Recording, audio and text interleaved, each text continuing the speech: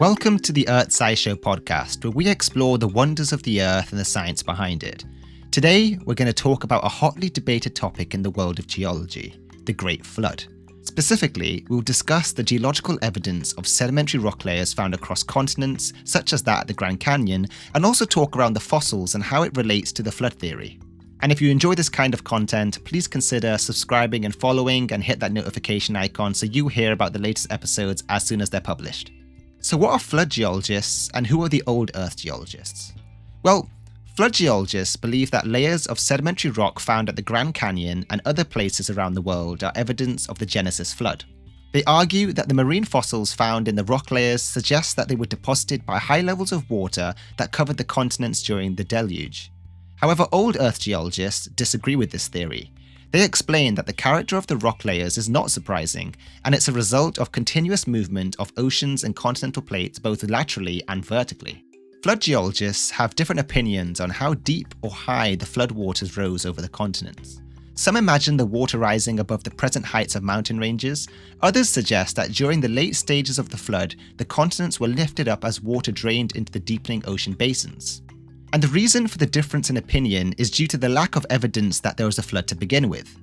You see, ocean and continental plates continuously move both laterally and vertically. We can actually measure this movement in real time by GPS today. As a consequence of this, we often find continental crust thinning out and sinking below sea level. One example of this is Death Valley, and the other one is the Dead Sea. Conversely, there are many places on the Earth today where very thick deposits of sediment and sedimentary rock are accumulating on the continental crust below sea level. Examples include all of the wide continental shelves surrounding the Atlantic Ocean and Gulf of Mexico, and the North Sea between the United Kingdom and Norway. The weight of the sediments causes the crust to sink, basically getting heavier, allowing more accommodation space for more sediments to be deposited. Ultimately, this can allow miles of sediment to accumulate, which is why it's so expensive for the oil and gas industry to dig in those basins. As continents converge in the future, these sea deposits containing abundant remains of sea creatures may be lifted above sea level, just like they did in the layers of the Grand Canyon. The point is, many modern-day seas are on continental crust, and none of the sedimentary rock layers in the Grand Canyon resemble deep ocean deposits, therefore allowing us to use these modern-day analogies for what happened in the past. One of the extraordinary claims by flood geologists is that there are large layers of sedimentary rock covering vast areas of continents. And while many sedimentary rock layers do cover vast areas, there is no single layer that covers an entire continent from one end to the other, as the flood geologists imply. And rather than finding evidence of one massive deluge, geologists find abundant evidence of multiple periods of rising and falling sea level that varied as much as 120 meters high and lower than present. It's a combination of the low-standing continental crust and high-standing sea level that results in these sedimentary layers. The sedimentary rocks deposited in the Grand Canyon were caused by sea level repeatedly rising and falling. Each rise in sea level, shorelines moved inland along with deposits of sand, shale and limestone that comprise the geological formations we see in the canyon today. And a key note there is different stratigraphy and sedimentology, each one deposited in a different environment. We'd be ignorant as geologists to say that there aren't any turbulent deposits in the Grand Canyon. There definitely are, but they are far and few between. Most of the sedimentary rock layers there formed in very shallow water or just above sea level, which just wouldn't be possible with the flood geology theory. And evidence of this is shown with the abundant sedimentary structures such as mud cracks, raindrop prints, ripple marks and crossbedding, all which can be seen if you just took a walk through the canyons. Now we've spoken around the basics of sedimentology and how the layering of the Grand Canyon doesn't match up to the flood geology theory, let's talk about the fossil evidence. Ken Ham frequently tells audiences that the worldwide flood resulted in billions of dead things buried in the ground. And for those who aren't aware, Ken Ham is by far the most prominent young Earth creationist out there. He describes the sea creatures being swept along the turbulent floodwaters and deposited, tsunami style, along with the sediments forming the rock layers we see in the Grand Canyon. And whilst he preaches this to all his followers, there is not one shred of evidence that goes with his claim. Rather than finding evidence of a single global catastrophe, the fossils of the Grand Canyon provide one of the clearest pictures of a long history of changing environmental conditions and life forms. For example, if these animals and sea creatures were violently transported, they would be a mixture of organisms from dissimilar environments. And in fact, we find that most fossils in the Grand Canyon are actually found in association with other fossils from coherent systems, therefore finding no evidence of turbulent deposition. For example, We find discrete layers in the Grand Canyon where only terrestrial fossils are found. These are typical with riverine environments with no evidence of chaotic mixing with marine organisms. Most significantly, there is not a single mammal, bird, dinosaur, or flowering plant found in fossilized form in any of the rocks in the Grand Canyon. Yet there are abundant fossils in the younger rocks of the Grand Staircase, which is an immense sequence of sedimentary rock layers that stretch from south from Bryce Canyon National Park all the way into the Grand Canyon. Then why don't we find the fossils there? If the flood came and the flood existed, then we would see fossils in the Grand Canyon as well. There seems to be an inconsistency with the flood geology arguments. On the one hand, they say that the perfectly preserved, delicate fossils are evidence of rapid burial by a catastrophic flood, and then on the other hand, broken fossils show evidence of a very violent catastrophic flood. To say that both fine preservation and fragmented preservation are convincing evidence of the same phenomena is no evidence at all. Now, of course, there are variations in the preservation observed, but in each case, the character of the fossil is consistent with the specific environment in which it was deposited. For example, it is significant that plant fossils are missing from most layers of rock in the Grand Canyon. This is consistent with the observation that much of the rock in the Grand Canyon is marine in origin. And where plant fossils are found, they are consistent with the depositional environments such as the riverine environments in terrestrial areas. One of the main questions is, why does the Grand Canyon have no evidence of flowering plant fossils? How could a global flood with tsunamis sweeping across the continents fail to deposit a single grain of flowering plant pollen in the entire sequence of the Grand Canyon layers? It makes far more sense that these layers were laid down during a time when flowering plants were not yet found on Earth, which opens another can of worms, suggesting that the Earth is billions of years old. But that's a different topic for another podcast. And one of the fundamental techniques in geology is looking at trace fossils, which goes beyond just the stony remains of animals and plants. Trace fossils describe past activities of animals when they were alive.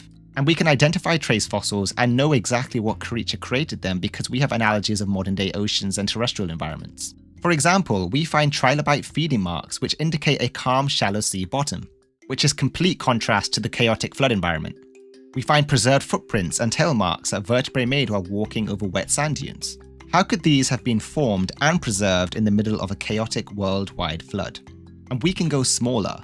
There are actually preserved tracks and burrows of spiders, scorpions, millipedes, and more. So yes, there are billions of fossils in many of the Grand Canyon rocks, but these fossils are not the jumbled mess that one would expect from a turbulent global flood. Rather, there is an amazing, predictable order and succession of fossils that can be explained by changes in life forms over many, many years.